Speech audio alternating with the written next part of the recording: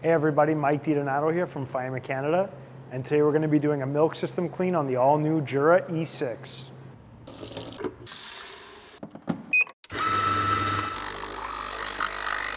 For the milk system clean, you're going to need your milk system cleaning container and the milk system cleaning tablets.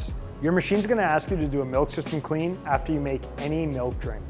Now, you don't necessarily have to do it right away, but we do recommend doing it by the end of the day. Now, to start the process, you're going to select the gear. You're going to take your milk system cleaning container, add one portion of the tablets, connect it to the machine, and make sure you add some warm water so that they dissolve. You're now going to wait for the machine to ask you to open the switch.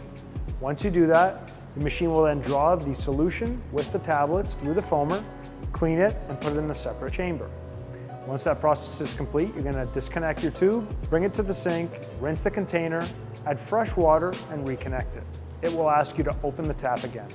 You're going to open the tap to start the fresh water rinse. At this point, the machine will then draw the fresh water and push fresh water through the frother back into the second chamber.